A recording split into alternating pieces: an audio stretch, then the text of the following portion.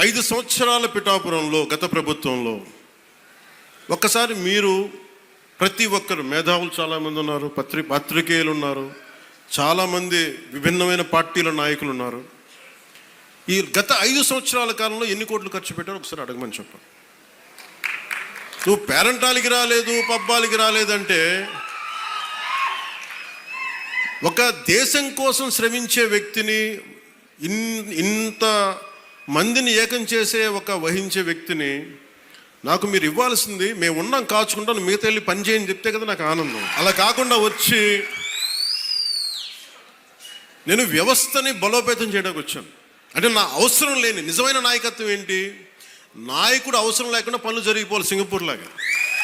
అది కదా అభివృద్ధి అంటే. ఏ పని కావాలన్నా ఎమ్మెల్యే గారి ఇంటికి వెళ్తే కానీ పనులు అవ్వండి, అట్లా అంటే అది అభివృద్ధి కానట్టే కదా. లెక్క పనిచేసే నాయకులు మీరు వెన్నంటి ఉండకపోతే, ఎలక్షన్లు అయిపోయింది మా పని అయిపోయింది అంటే, నేను నిజంగా అలా అనుకుని ఉంటే ఈ రోజున మీకు ఉప్పాడ ప్రొటెక్షన్ వాళ్ళు ముందుకు వెళ్ళదు చెప్తాను. మీరు ఇన్ని సంవత్సరాలు ఉన్నారు, ఎవరు తీసుకెళ్ళారు చెప్పండి. ఈజీగా మాట్లాడి సరిపోదు, అక్కడ నువ్వు కన్విన్స్ చేయాలి. ఎందుకని 100 ప్రాజెక్టులు ఉంటాయి స్టేట్ గవర్నమెంట్, ప్రయారిటీస్ ఎందుకు చేయాలి? 1053 కిలోమీటర్లు ఆంధ్రప్రదేశ్ మొత్తం ఉంటే, అలాంటిది మొత్తం గుజరాత్ నుంచి అన్ని తీర ప్రాంతాలు, బెంగాల్ అన్ని తీర ప్రాంతాలు, తమిళనాడు, కేరళ ఉంటే ఇలాంటి సముద్రపు కోత గురవుతూనే ఉంటాయి. కానీ మీకే ఎందుకు ఇవ్వాలి అని సెంట్రల్ గవర్నమెంట్ అడుగుద్ది. ప్రత్యేకత ఏంటి అని. అది మన కన్విన్సింగ్ ఆర్గ్యుమెంట్. ఎందుకు పనిచేస్తే నువ్వు దేశ నిర్మాణం కోసం పనిచేసేవాడివి, మనుషుల్ని విడగొట్టేవాడివి కాదు, నిలబెట్టేవాడివి, అండగా ఉండేవాడివి.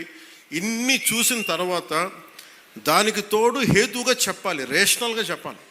ఎందుకు ఇది చేస్తున్నావు అంటే దానికి వాళ్ళు ఆలోచించి, లేదు ఇది బాగున్నాయని చెప్తారు. ఇంత కష్టం ఒకటి అచీవ్ చేయటం. ఈ మధ్యన చూస్తున్నారు, డోలీ ప్రాంతాల్లో ఒక 40 మంది ఉంటారు. 1 కోటి రూపాయలతో మనం ఒక 4,000 మంది 5,000 మంది ఉన్న ఒక పంచాయతీ ఖర్చు పెట్టడం వేరు. కేవలం 40 మంది ఉండే ఒక ట్రైబల్ పంచాయతీ ట్రైబల్ గ్రామానికి, ఒక చిన్న కుగ్రామానికి పెట్టడం చాలా కష్టం.